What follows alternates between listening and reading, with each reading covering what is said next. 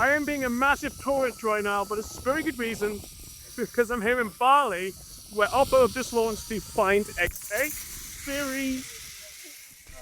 Oh. Oh, good, sir? All good, and I didn't drop the phone. Although I did nearly lose it to a monkey, but we'll come back to that later.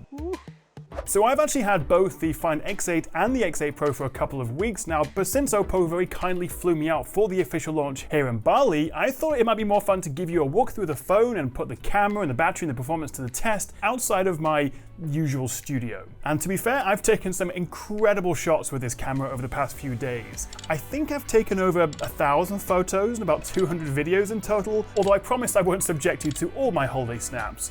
And I also now fully appreciate how good, and I mean really good, the battery life is on this thing. There's only one problem with shooting on location. Guys, it's 9:30 in the morning. This is gonna be a long day.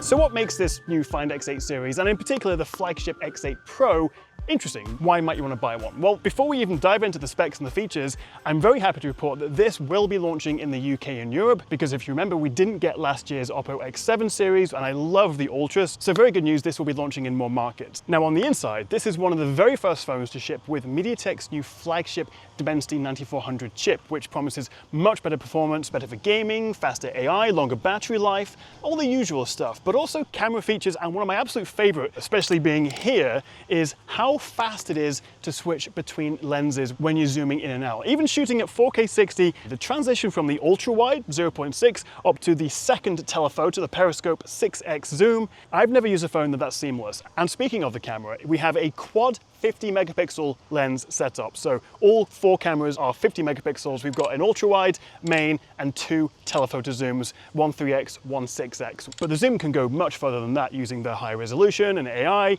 So new chip, new camera features, a refreshed design, much bigger battery, 5,910 milliamps in here, new Color OS 15 software with 5 years of Android support. There's a lot to like about the new X8 Pro, but I am going to tell you the rest somewhere else because it's very hot here. So let's start on the outside, and the Find X8 Pro comes in two colors. We've got Space Black and Pearl White, which I have here, and I think is the more fun color. And the way it's been designed and manufactured means that no two are exactly the same with this frosted, marbled aesthetic. Now versus last year's Find X7 Ultra, they've considerably slimmed it down. The X8 Pro is 8.2mm thick, down from 9.5 on last year's Ultra. The whole chassis is sleeker, but particularly this camera bump, which is, well, less intimidatingly massive. And this refined Cosmos ring design, as they call it for the cameras here, now gives us a symmetrical placement for the four lenses.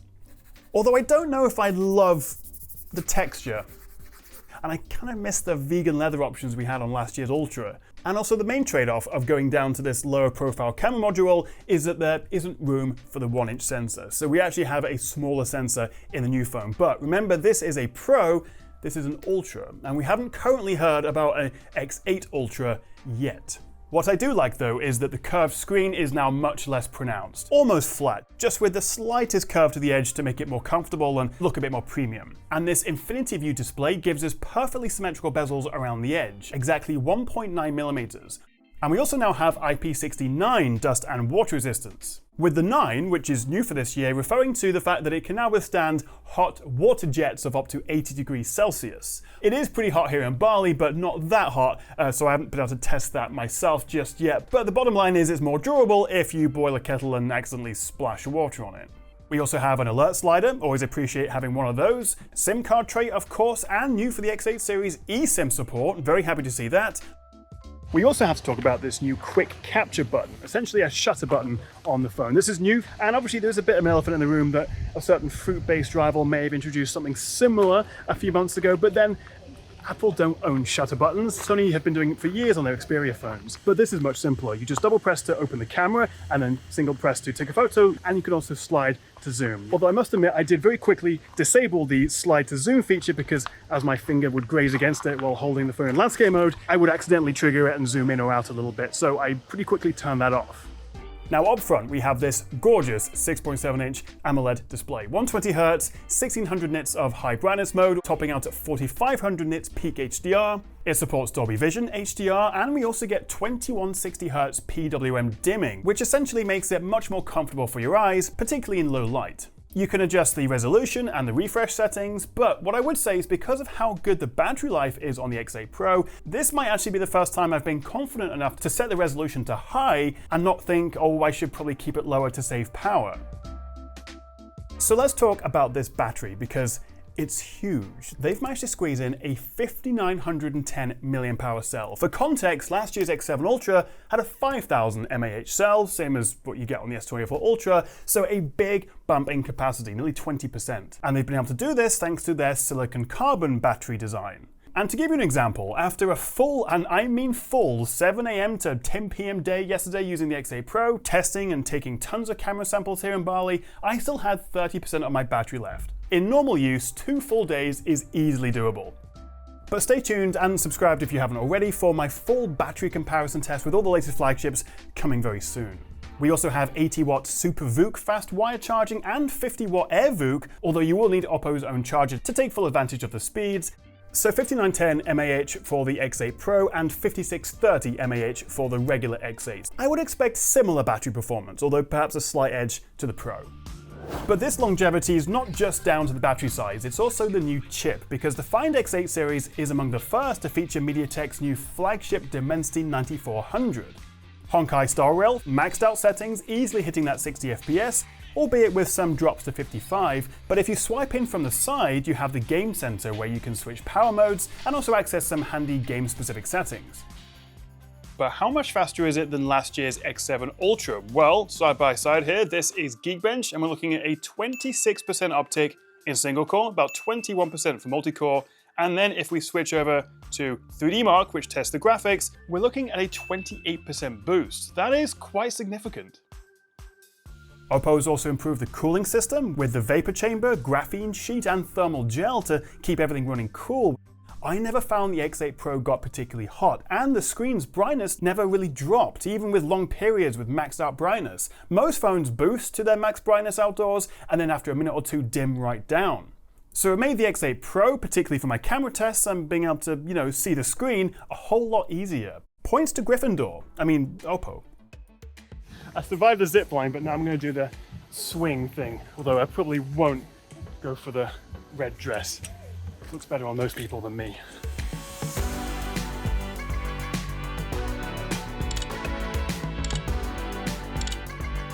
Okay, I can't wait any longer. We have to talk about this camera. And I must admit, I was initially disappointed that it lacked the 1-inch sensor of the X7 Ultra. However, the X8 Pro's camera system is still very impressive. So for me, there are 4 things that make this camera really unique. We've got the long-range zoom and also the smoothness of those transitions. We've got the speed of the shutter, particularly with that burst mode. We've also got the Hasselblad partnership for the portraits and also some fantastic video. All lenses can capture 4K 60, and you can switch between all lenses shooting at 4K 60 and in Dolby Vision HDR, which is the first time we've seen that. The Ultra Steady mode's been bumped from 1080p up to 4K 60 as well, so pretty much everything can be shot at 4K 60. But let's talk about photography, if only as an excuse for me to show you more pictures that I've taken. And behind the scenes, we have Oppo's Hypertone image engine. What really impressed me though is the shutter lag, or the lack of it, because without getting too nerdy and boring you all to death, Oppo have decoupled the shutter, which collects the light and the information, from the processing of the image, which has unlocked lightning snap, or as I like to call it, machine gun mode. Hold the shutter down for a burst of 7 frames per second for up to 200 frames without any quality loss versus a regular single shot photo. So for fast moving shots, the zero shutter lag, the lack of motion blur or rolling shutter makes it incredibly useful. The portrait mode in the camera app also has new focal lengths, with 6 different options for the X8 Pro emulating the look and focal range of a physical Hasselblad lens like on the X2D camera. And I do find myself mostly shooting portraits with either the 3 or the 6X to see more detail and just more emotion in the image. And you can also play around with the new film filter to give you a bit more of that trendy, grainy look, or the soft lighting portrait filter. Now I mentioned the 4 50 megapixel lenses. And as we've come to expect from Oppo, they've put a lot of effort into making them consistent in terms of color, brightness, white balance as you switch between the lenses, which, while still definitely noticeable as you jump between them, isn't nearly as jarring as most other phones. It's a pretty consistent look across the full range. The other problem with many other phones is if you go to, say, 4.9 times before the 5 times kicks in, then the quality isn't very good. Whereas the Find X8 series have continuous zoom, using in-sensor zoom between the optical lenses, and giving us a better quality zoom across the full range, with AI kicking in, particularly beyond 10x, to help us get up to a whopping 120x zoom. Although realistically, I'd say anything up to 30x is still more than usable. And we get the usual extra Hasselblad modes like the ultra wide aspect ratio X-Pan, which I actually really enjoy using. You can get some really artsy shots. The X8 Pro does do a decent job in low light as well, courtesy of long exposures in night mode, although certainly this is where the X7 Ultra's bigger 1-inch sensor would have made the most difference. However, I have noticed a tendency, sometimes, and usually in stronger light, for photos and videos to look washed out. It can be a bit inconsistent. You can have an incredible shot like this, but then also one like this, that's a bit undersaturated and flat. Oh, stop the presses. Future Tom jumping in here because Oppo are aware of this issue with the camera and their team are working on it, so there should be an OTA update for these phones before launch. So I still wanted to make you aware of it. They are aware of it. It should be fixed. Good stuff. And then finally around the front we have a 32 megapixel selfie camera, which can also shoot 4K 60 video. The camera hardware hasn't been upgraded since last year's X7 Ultra, but it does benefit from the new and faster processing, and it still takes a lovely selfie. Although I have found that low light selfies, either with night mode or a flash, struggle to find focus. They're a bit blurry. But what exactly is the difference between the regular X8 and the X8 Pro? Well, actually less than you might think. Well, the X8 is kind of like its little brother. It's got a smaller screen size. We actually have thinner bezels around the edge, a completely flat screen. We've also got a similar camera setup on the back, although we don't have that second 6x periscope lens. So we've got 3 cameras rather than 4. Similar look and feel, and I think some people actually may prefer the smaller size of this and also the flat screen. It's a little bit more comfortable to use one-handed. We also don't get that new quick button that we get on the Pro. This also comes in a third colorway, this kind of pink option, and of course it'll be a bit cheaper, although by how much I don't know as I'm filming this. And also they won't necessarily be sold in the same market, so you may only have the option of one or the other, but they're both definitely worth considering. What about the software though? I think it's fair to say that ColorOS isn't everyone's favorite choice of skin for Android, but it's got much better over the last couple of years. My biggest criticism is the amount of pre-installed apps bloatware, but you can remove all that stuff. It's just a little bit annoying as it dominates the home screen when you first start up your phone. Other than that, I actually really do quite like the software now. We're on ColorOS 15 based on Android 15, and they promise 5 full Android updates, which should take us to Android 20, and this latest version of ColorOS brings with it a pretty substantially revamped design. We also get Google's Gemini as the personal assistant, and you can quickly launch it by holding the power button. We have their very handy Oppo Share and also a new iPhone Share option. They've also introduced the AI Studio edits in the photo gallery, which actually works really well, whether it's Back to the Futuring people out of photos, or using AI to add more detail or remove reflections and glare. It's nice to have all these options to improve your photos baked into the photo app.